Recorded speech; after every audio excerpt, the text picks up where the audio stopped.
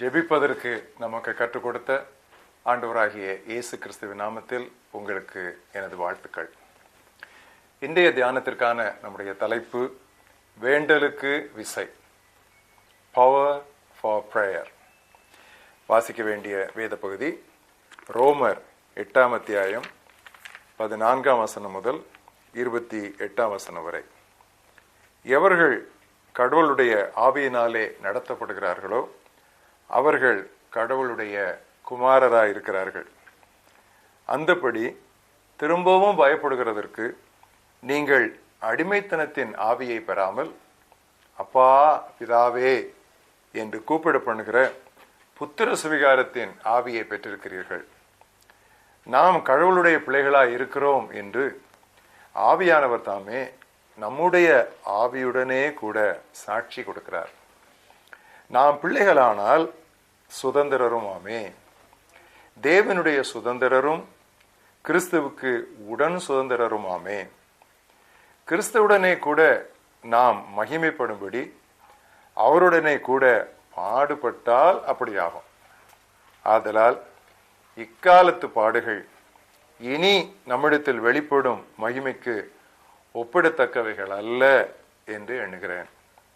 மேலும் தேவனுடைய புத்திரர் வெளிப்படுவதற்காக படைப்பானது மிகுந்த ஆவலோடே காத்து கொண்டிருக்கிறது.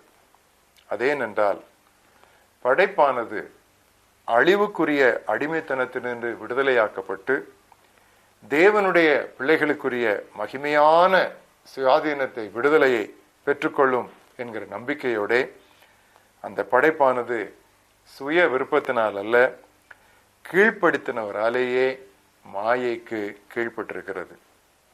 ஆகையால் நமக்கு தெரிந்திருக்கிறபடி இதுவரைக்கும் அனைத்து படைப்பும் ஏகமாய் தவித்து பிரசவ வேதனைப்படுகிறது. அதுவும் அல்லாமல் ஆவியின் முதல் பலன்களை பெற்ற நாமும் கூட நம்முடைய உடலின் மீட்பாகிய புத்திர சுவிகாரம் வருகிறதற்கு காத்திருந்து நமக்குள்ளே தவிக்கிறோம். அந்த நம்பிக்கையினாலே நாம் ரட்சிக்கப்பட்டிருக்கிறோம். காணப்படுகிறதை நம்புவது நம்பிக்கை அல்ல. ஒருவன் தான் காண்கிறதை நம்ப வேண்டுவது என்ன? நாம் காணாதது நம்பினோம் ஆகில் அது வருகிறதற்கு பொறுமையோடு காத்திருக்கிறோம். அந்தபடியே ஆவியானவரும் நமது பலவீனங்களிலே நமக்கு உதவி செய்கிறார். நாம் வேற்றபடி வேண்டிக் கொள்ள வேண்டியது இன்னது என்று அறியாதிருக்கிறபடியால் ஆவியானவர் தாமே வாக்குக்கு அடங்காத பெருமூச்சுகளோடு நமக்காக வேண்டுதல் செய்கிறார். ஆவியானவர் தேவனுடைய சித்தத்தின்படியே பரிசுத்தவான்களுக்காக வேண்டுதல் செய்கிறபடியால் இருதயங்களை ஆராய்ந்து பார்க்கிறவர் ஆவியின் சிந்தை இன்னது என்று அறிவார்.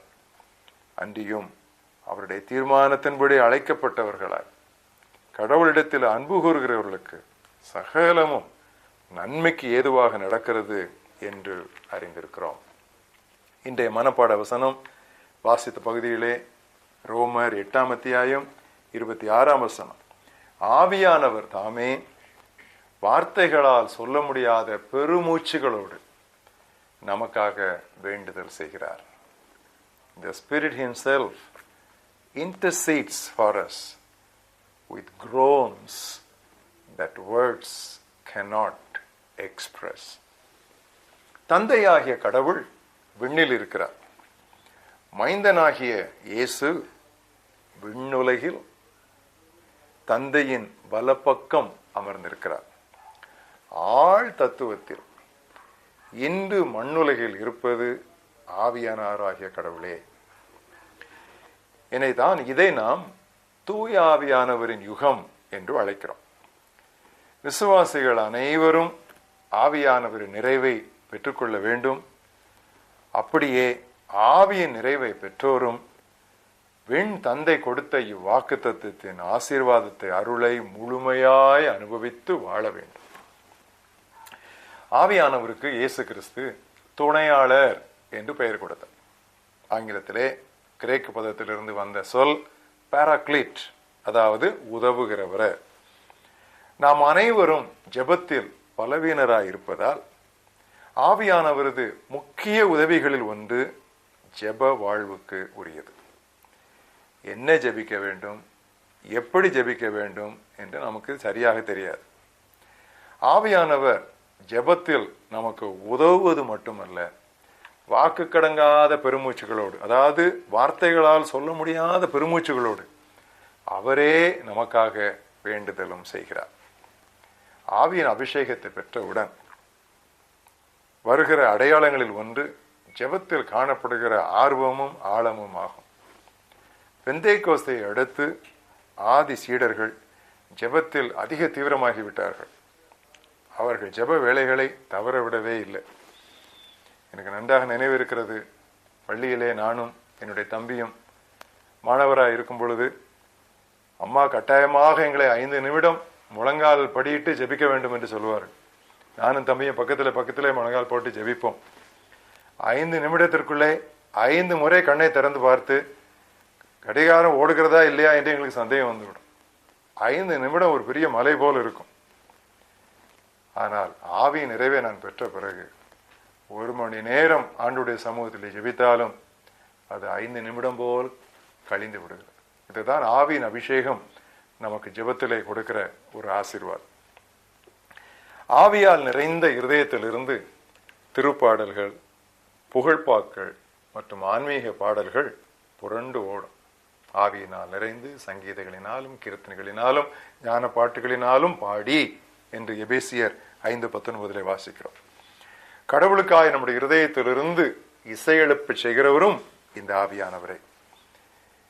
எல்லாவற்றிற்காகவும் எப்பொழுதும் இயேசுவின் பெயரால் தந்தையை புகழ உதவுகிறவரும் இந்த பரிசுத்த ஆவியானவரே. ஆவியின் நிறைவையும் வரங்களையும் பற்றி பேசும் கூட்டத்தார், அதாவது காரிஸ்மாட்டிக்ஸ் என்று சொல்லுவோம் அல்லவா, அவர்கள் திருச்சபைக்கு செய்துள்ள ஒரு பெரிய தொண்டு என்னவென்றால் தொலைந்த முத்தாகிய தொழுகையை திரும்ப கொண்டு வந்திருக்கிறார்கள். They have found the missing jewel of evangelical Christianity. திருவசனங்களை அப்படியே இசையமைத்து பாடுவதும், சடங்காச்சாரமான ஆராதனைகளுக்கு பதிலாக ஆனந்தமாய் கடவுளை ஆர்ப்பரித்து போற்றுவதும் எல்லா சபைகளிலும் எல்லா கூட்டங்களிலும் இந்த நாட்களிலே காணப்பட துவங்கியுள்ளது. ஆம், கடவுளை வழிபடுகிறவர்கள் ஆவியோடும் உண்மையோடும் அவரை வழிபட வேண்டும். தனி ஜெபத்திலும் துதியிலும் நவநாவுகளில் பேசுவது மிகுந்த பயனை தரும். இது நம்முடைய மனதை கடந்து நமது ஆவியை எழுப்பி விடுகிறது. நான் 1962 ஆண்டு கல்லூரியிலே முதலாண்டு மாணவனாய் இருக்கும் பொழுது பரிசுத்த ஆவியின் அபிஷேகத்தை பெற்றுக்கொண்டேன். அன்றிலிருந்து இன்று வரை தினமும் கொஞ்ச நேரமாவது என்னுடைய தனி ஜெபத்தில் நான் நவநாவுகளிலே பேசுகிறேன். அது எனக்கு புத்துணர்வு தருகிறது. 1 கொரிந்தியர் 12 முதல் 10 ஆவியின் முக்கியமான 9 வரங்கள் பட்டியலிடப்பட்டிருக்கின்றன. அவை ஒவ்வொன்றையும் நீங்கள் கவனித்தால் இந்த நவநாவுகளில் பேசுகிறது ஒன்றுதான் ஆண்டவரையே நோக்கிய ஒரு செயலாகும். கடவுளை நோக்கி செயல்படுவது இந்த 9 வரங்களிலே ஒன்றே ஒன்று நவநாவுகள். எனவேதான் தேவனோடு உறவாடுவதில் நவநாவுகள் நமக்கு பேராசீர்வாதம் என்று நாம் அடிக்கடி குறிப்பிடுகிறோம். இங்கே ஒரு சிந்தனை, நமது ஜெபங்களுக்கு சிபாரிசு செய்ய கிறிஸ்து விண்ணகத்தில் தந்தை அருகில் இருக்கிறார். நம்முடைய ஜெபங்களுக்கு திசையும் விசையும் கொடுக்க தூயாவியானவர் மண்ணுலகில் நமக்குள் இருக்கிறார். ஜேம்ஸ் பிளாக் என்ற தேவ மனிதன் ஒரு அருமையான பாடலை பாடினார். ஒரு பாமாலை, ஒரு ஹிம். அடிக்கடி அதை நான் பாடுவதுண்டு. எனக்கு மிக விருப்பமான ஒரு பாடல்.